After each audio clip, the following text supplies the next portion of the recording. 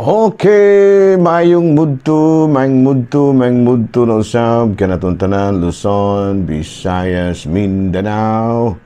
Maayong mudto Philippines, maayong mudto world, maayong mudto universe. Ana na pud ta mga higala, dili atong tulumanon sa kahanginan, CONA Catechesis on Air. Og ako lang gihapon kini yung ubos nga alagad, Reverendo Padre Edwin Academia Acab. Kumusta naman ka ng pulding? Ay, okay, nagkuko kayo pa there. Very good. Ikaw ng Mr. Cheng. Ay, after ko kay Father, oh. Wala na problema, Father, oh. No, padayon ta mga igala, no, sa atuag nga mga buhaton. Ato na nga timbayaon og maayong mudto usab ang atong talahorong obispo, Bishop Polito B. Cortez, ang atong station manager. Ato na pagmustahon si Father Boy sa kining Father Boy Gomez, no, ang atong higala usab nga pare nga mao'y presidente karon sa Colegio de la Alejandria, no? Colegio de Santa Catalina de Alejandria. Mora Cosca, no? No, padayon tamang higala ato pantimbayaon og may mudto ang tanan nato mga kaparian, labi na gayon ang ato mga kaparian dinha sa isla sa Siquijor. Of course, ang akong classmate dinha si Father Obing Masyon, ang among kanhe rector si Monsignor Larry Katubig. Hala, no? May mudto na kanatong tanan mga higala nang hinaot kita nga anaa kamong tanan sa kapiskay sa Panglawas. Ato dahil nga timbayaon usabong may mudto ang ato ang mga lay ministers, no, nga nangalagad sa Katolikong simbahan, ang ato mga MBG, no, ang ato usab nga mga Legion of Mary, ano, ang tanan gyud mga sakristan, ayan, no, ang tanan gyud mga higala nga nangalagad sa Katolikong simbahan, mayong mudto na kaninyong tanan. Okay, no? Binoari kita mahigala sa atong CBCP News, Balitang Simbahan, niining kamudtuhon. Bishop Rufino Santos ang Pangulo sa Commission on Migrants and Itinerant People nanawagan karon og dugang pag-ampo alang sa 18 ka mga Filipino nga mga marinero kansa na ditini karon dito sa Uman. Sigon sa taho, lulan sa oil tanker nga San Nicolas sa diha nga gibihag ang ilahang gisakyan nga barko didto sa Iran. Balita manghigala gikan sa Vatican, mga Muslim o Christian leaders hiniusang gikundina ang mga karahasan ginamit ang relihiyon. Matod pa nila, giklaro nila nga ang mga buhat sa kapintas o karahasan angayan lang ikundina sa tanang klase nga relihiyon. Mao kadto manghigala mga balitang simbahan niining kamudtuhon ug ari kita manghigala sa atong Saint of the Day. Bueno ang atong Saint of the Day karon January 19. Walay lain kung dili si matod pa diri sa atong listahan manghigala Saint Filian, no? Ang spelling sa Filian manghigala F-I-L-L-I-A-N. No? Usa kini siya ka munghi sa iyahang pagkabatanon. Unya na elected siya as abot o matod pa ubay-ubay gyud nga mga simbahan nga ilahang natukod ug naila siya sa daghan kay mga milagro nga iyahang nahimo. So karong adlaw mahigala ato nga gihinumduman ang lain na pong patron sa Katolikong simbahan nga mao si San Filian or San Filiano. Nahala, no, padayon ta mahigala ari kita sa ato ang ginagmay jolo joke ta mahigala. No, ang usa ka lulo dunay gihangyo sa iyahang apo. Adong busting. Nga lo. Palihog ko sa ka ng manggadong. Ano naman lo? Ay palihog ko tadaw ng manggaba kanang nasibo nasaba kanang taas palihog ko klaro ana dong og kining kan ba hinog na ba na o dili sige lo akong aton sige lo nakuha na nako lo kanang hinog man din eh sige dong kanaog na kay ako ng dughiton ano lo kanaog na kay ako ng dughito ng mangga kay hinog man day na. Sige lo. Joke ba lo? Joke na ito, may lain. Okay, no? Padayon. Padayon ta mahigala. Ari kita mahigala sa... Ari kita sa ato ang mga katekism na ta. No? Abay no, doon na tayo mga kuan diri mahigala kining mga pangutana ba? Ari kita sa doon ay mga pangutana diri. Okay.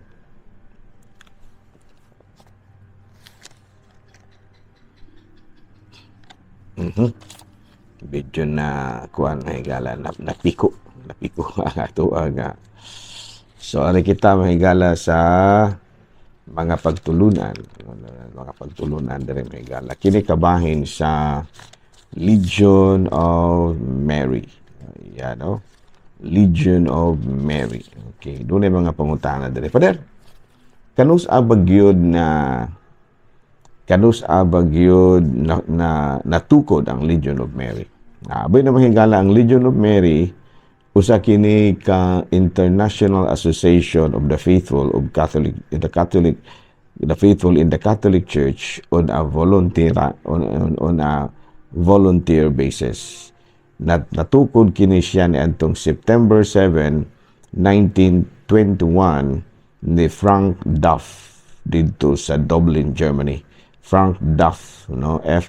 F-R-A-N-K D-U-F-F, Frank Duff. Unya, ang ilahang mission mao nga helping Catholic lay people fulfill their baptismal promises. Ato pa, gitukod ay kining Legion of Mary aron matabangan, no, ang mga Catholic lay faithful nga ilag yung mabansay ang ilahang pagtuo. No, unya, number 2, nga ila pud nga i-reject ang si Satanas, no, with their work ang nga ila pud nga isalikway si Satanas ug sa tanan nimo ug mga buhat niini ug ang mga empty promises. No. Unya matud pa adunay mga struktura, no, kining grupo sa mga kining lay kini bitang gitawag og Legion of Mary. Kang 3 to 20 members lang gani gitawag kana og presidium. Sunod ni ana mao kining curia. Deng sunod ni ana mao na ang comitium, dayong sunod mao na ang regia, dayong sunod ni ana mao na ang senatus, and then concilium dayon. Concilium sa to pa dili ni ang ilahang mga pagtapok-tapok do na dayon kini matud pa description. Kung 3 to 20 members lang mo na gitawag og presidium. Kung medyo mo ubay-ubay nagjutay sa tulong antos 20, gitawag na kini og curia. Nya, kung daghan na kayo nga mga curia nga nagtapok nga gusto na silang magkiusa, pwede na silang himuon nga comitium. And then humani ana, madaghan na ang mga comitium, grupo sa mga comitium gitawag na kini og regia.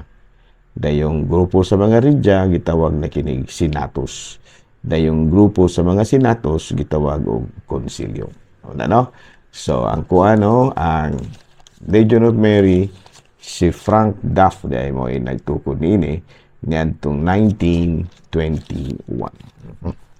Another lay organization, kining K of C. Kining Knights of Columbus, na founded kini atong 1882, March 29. No? Unya didto kini matukod sa New Haven, no, Haven, New Haven, Connecticut. Nya nahimo kining worldwide organization. Unya ang nagtukod niini mao si Reverend Father Michael McGibney. Unya matud pa as of now aduna na sila'y mga 14,000, mga 1.7 million members. Yan, 1.7 million members dito sa US, Canada, Mexico, Latin America, ug Philippines. Nagduso kini og fraternal service. Unya kini si Father Michael McGibney, usa kini siya ka Irish American Catholic priest. Okay, klaro? Abi no, padayon kita mahigala. No, Columbus, so gikuan ni siya kining navigator, no? Founded in honor of Christopher Columbus. Okay, in 46 BC, kapahin na pud ni sa kalendaryo. No, si kining atong kalendaryo karon, no? Niadtong 46 BC, Julius Caesar introduced a new solar-based calendar, decreed that the new would occur January 1.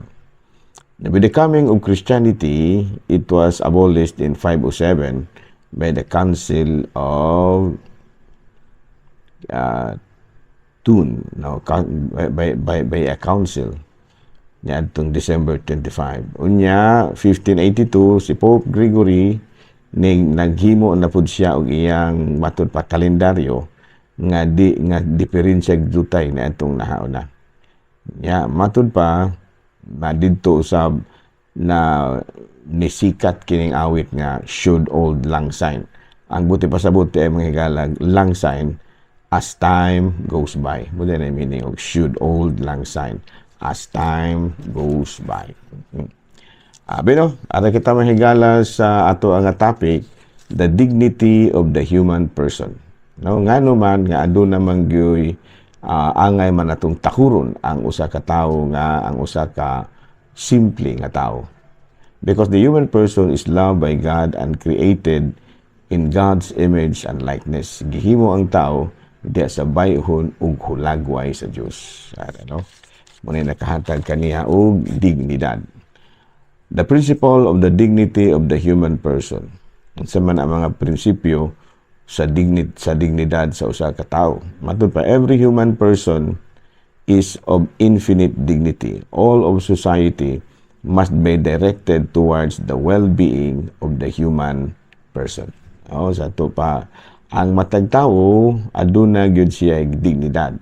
Ug ang katilingban kinahanglan nga maghimo gyud og mga lakang aron nga maminti na no ang dignidad sa usa ka tawo. There should be an effective ensuring conditions of equal opportunity for men and women and guaranteeing an objective equality between the different social classes before the law. Okay, no, what are the basic human rights? The right to life, the right to liberty, and the right to security.